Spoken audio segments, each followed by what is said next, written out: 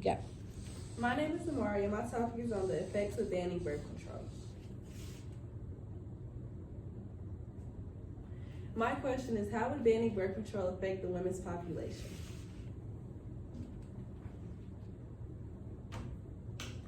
My main points would be how birth control helps women and how banning birth control will affect not just the woman but the child and how the child grows up as well.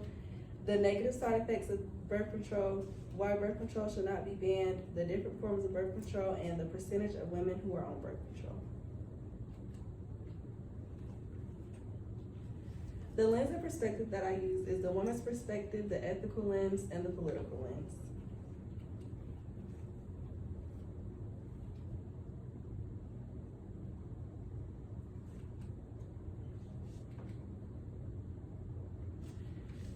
For the woman's perspective, many women are unsatisfied with the thought of contraceptives being banned. In 2022, Kara Bridges stated, women weren't part of the body politic, they weren't voting, they weren't at the table suggesting edits. Women's perspective also coming because there's also many women who have unexpected or unintended pregnancies, and if birth control get banned, there will be many more. In 2023, Emily Mann stated, young adults ages 18 through 24 have the highest rate of unintended pregnancies. Women are also not making this choice. Their studies show that there is more men in the House of Representatives compared to women. Women are the main people who have to get on birth control because they are the ones who carry the embryo.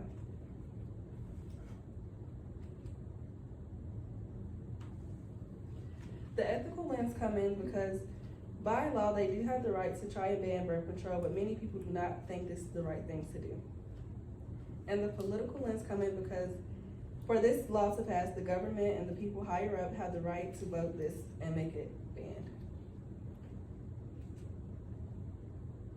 The different forms of birth control is the birth control implants, the IUD, the condom, the birth control shot, the birth control vaginal ring, the birth control patch, the birth control pill, and female sterilization. The pros of birth control. Scientifically proven, birth control helps with acne, bone thinning, cysts in your breast and ovaries, endometrial and ovarian cancer, serious infections in your ovaries, fallopian tubes, and uterus, iron deficiency, better known as anemia, and PMS, better known as premenstrual syndrome. The percentage of birth control used for girls ages 15 through 19, out of 40%, 16.6% of them are on the pill, 5.3% of them are on the condom, and 8.2% of them use the long-acting reversible contraceptive. For women ages 20 through 29, 4.2% of them use female sterilization, 19.5% of them use the pill, 11.6% of them use condoms, and 13.1% of them use long-acting reversible contraceptives. For women ages 30 through 39, 21.6% of them use female sterilization, 11% of them use the pill, and 10.6% of them use condoms, and 11.7% of them use long-acting reversible contraceptives. And women ages 40 through 49, 39.4% of them use female sterilization, 5.1% of them use the pill, 5.2% of them use condoms, and 6.7% of them use long-acting reversible contraceptives. The overall amount of birth control, out of 80%, 65.3% of women use birth control. From ages 15 through 19, 38.7% of women use birth control. Ages 20 through 29, 60.9% of women use birth control.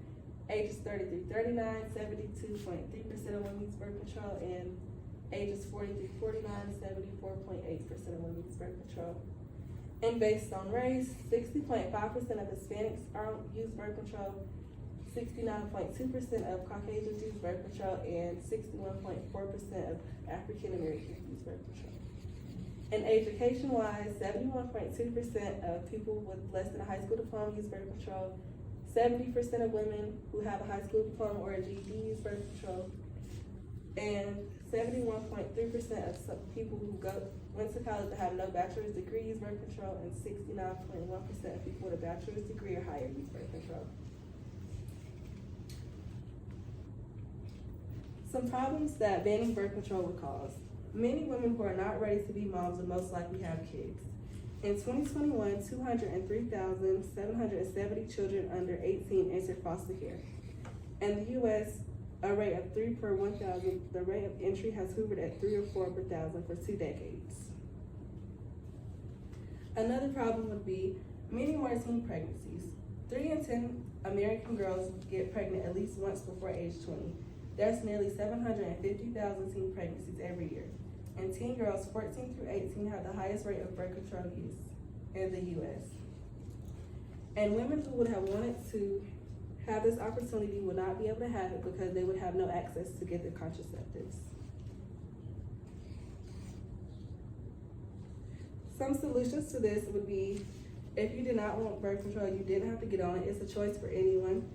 And if you do decide that you want birth control, there's 8 different kinds that you could get on. And another solution is birth control is reversible. If you don't like it, you can get off of it.